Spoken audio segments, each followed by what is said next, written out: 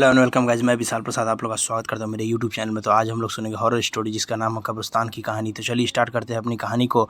तो कहानी एक मनोहर का घर पुराने कब्रिस्तान के पीछे था और उसके घर के छत के से वह कब्रिस्तान अच्छे से दिखता था।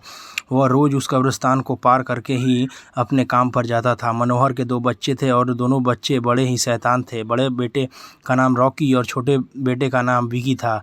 एक बार गर्मी की छुट्टी में रॉकी और विकी की बहन सोनिया भी आई हुई थी। तीनों मिलकर रात के लगभग 12 बजे एक रूम में ट्रू एंड डेयर खेल रहे थे। रॉकी सोनिया से पूछता है कि तुम ट्रूथ को ले लोगी या डेयर। सोनिया बोली डेयर लेती है और पूछी है कि तुम लोग कुछ खतरनाक करने के लिए तो नहीं कहोगे ना।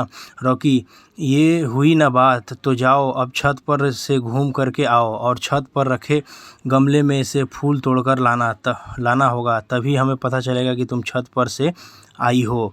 सोनिया, छत पर से तो कब्रिस्तान दिखता है। नहीं, मैं नहीं जाऊंगी। रॉकी और विकी दोनों सोनिया को छत पर जाने के लिए ज़बरदस्ती बोलते हैं। सोनिया छत पर जाती है और जैसे ही गमले में लगे फूल की तरफ बढ़ती है तभी उसकी नज़र कब्रिस्तान की ओर पड़ती है। कब्रिस्तान में एक बड़ा सा सूखा पेड़ होता है। वह देखती है कि उस पेड़ पर एक सर कटी हुई उल्टी लाश लटक रही है। सोनिया उसे देखते ही और ज़ोर से चिल्लाती हुई बेहोश हो जाती है। फिर जब सोनिया बहुत देर तक छत पर से नहीं लौटती है तो रॉकी और विकी दोनों डर जाते हैं और वो छत पर जाकर देखते हैं तो पता चलता है सोनिया बेहोश पड़ी है। वो तुरंत मनोहर को बुलाते हैं और सारी बात बताते हैं। मनोहर, तुम तीनों को ऐसा खेल खेलने की ज़रूरत क्या थी? और रॉकी, तुम तो जानते हो कि उस कब्रिस्तान के बारे में कैसी कैसी खबरें आती है, फिर भी तुम सोनिया को रात में छत पर जाने के लिए क्यों भेजिए? रॉकी, सॉरी डैड, मुझे लगती हो मुझसे गलती हो गई। हम आगे से ऐसा नहीं करेंगे।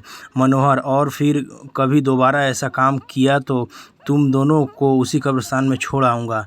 अच्छा सोनिया बेटी, ये बताओ तुमने वहाँ ऐसा क्या देख लिया कि तुम वहीं बेहोश हो गई? सोनिया सहमी हुई हालत में मनोहर को सारी बात बताती है कि उसने क्या देखा। मनोहर ने उस कब्रिस्तान के बारे में ऐसी खबरें पहले भी सुनी हुई थी, इसलिए वो सोनिया को डांटता नहीं है और बच्चों को संभल कर रहने की सलाह देता है। एक दिन मनोहर को काम से छुट्टी मिलने के में देर हो जाती है और उस दिन उसे ऑटो भी नहीं मिलता। वो पैदल ही घर की ओर चल पड़ता है। इधर विकी और रॉकी दोनों आपस में बात करते हैं। रॉकी, विकी, तुम्हें क्या लगता है सोनिया ने जो कहा वो सच है? मुझे तो नहीं लगता कि वो सिर्फ बातें बना रही है, वो उसका भ्रम होगा। विकी, अरे नहीं भाई, तुमने उसकी हालत नहीं देखी? नहीं, एक दिन भी और यहाँ रुकने को तैयार नहीं हुई। मुझे लगता है कि उसने सच में कुछ देखा होगा। रॉकी, चलो अब हम कब्रिस्तान में जाकर खुद ही देख लेते हैं। विकी, अरे भाई, तुम पागल तो नहीं हो गया? मुझे अपनी जान बहुत प्यारी है, मैं कहीं नहीं जाऊंगा और तुम भी मत जाओ। विकी ने मना करने के बावजूद रॉकी नहीं मानता है और वो अकेले ही कब्रिस्तान की ओर चल देता है। कब्रिस्तान का दरवाज़ा खोलते ही और अंदर चल जाता है। वह उस पेड़ की ओर से देखता है जिस पर सोनिया को सर कटी हुई उल्टी लाश दिखी थी। रॉकी खड़े होकर उस पेड़ की ओर देखता है, तभी एक अदृश्य हाथ उसके पैरों को पकड़ लेती है।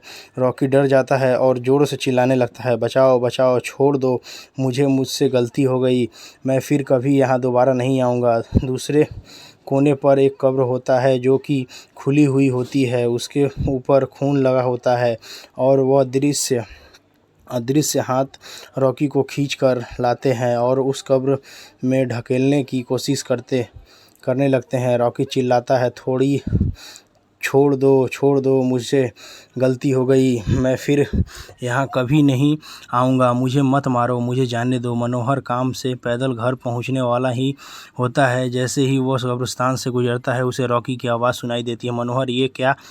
ये तो रॉकी की आवाज़ लगती है, ये तो कब्रिस्तान से आ रही है, मुझे जाकर देखना चाहिए। मनोहर कब्रिस्तान में चारों ओर देखता है लेकिन रॉकी कहीं नहीं दिखाई देता है। वो घर लौटकर आ जाता है और विकी से पूछता है, रॉकी कहाँ है? विकी, पापा मेरे बार बार मना करने के बावजूद भी रॉकी कब्रिस्तान में चला गया। वो जानना चाहता था कि सोनिया जो कह रही है वो सच है या नहीं। मनोहर, हमारे पास समय बिल्कुल भी नहीं है, जाओ घर में और मंदिर में शंख में जो जल रखा है वो जल्दी से लेकर आओ, हमें रॉकी को खोजने कब्रिस्तान जाना पड़ेगा।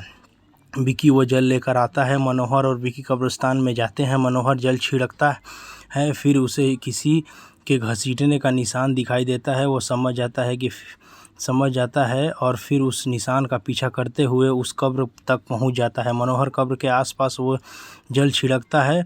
कब्र से अजीब अजीब सी आवाज़ें आती है। विकी बहुत डर जाता है। मनोहर, मुझे लगता है कि श्रापित प्रेत आत्माओं ने रॉकी को इस कब्र के अंदर कैद कर लिया है, हमें जल्द ही इसे निकालना होगा। तुम ये पवित्र जल आसपास छिड़कते रहो, इससे हमें वो प्रेत आत्माएं कोई नुकसान नहीं पहुंचाएगी। मैं कब्र को खोलने की कोशिश करता हूँ। मनोहर उस कब्र को खोलने की कोशिश करता है। अंत में वह कब्र खुल जाती है। उसके अंदर रॉकी लथपथ बेहोश पड़ा होता है। मनोहर रॉकी को लेकर हॉस्पिटल जाता है। उसकी हालत बहुत गंभीर होती है।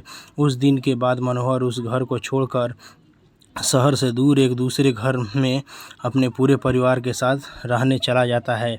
तो दोस्तों, ये कहानी जो थी यहीं पे ख़त्म होती है।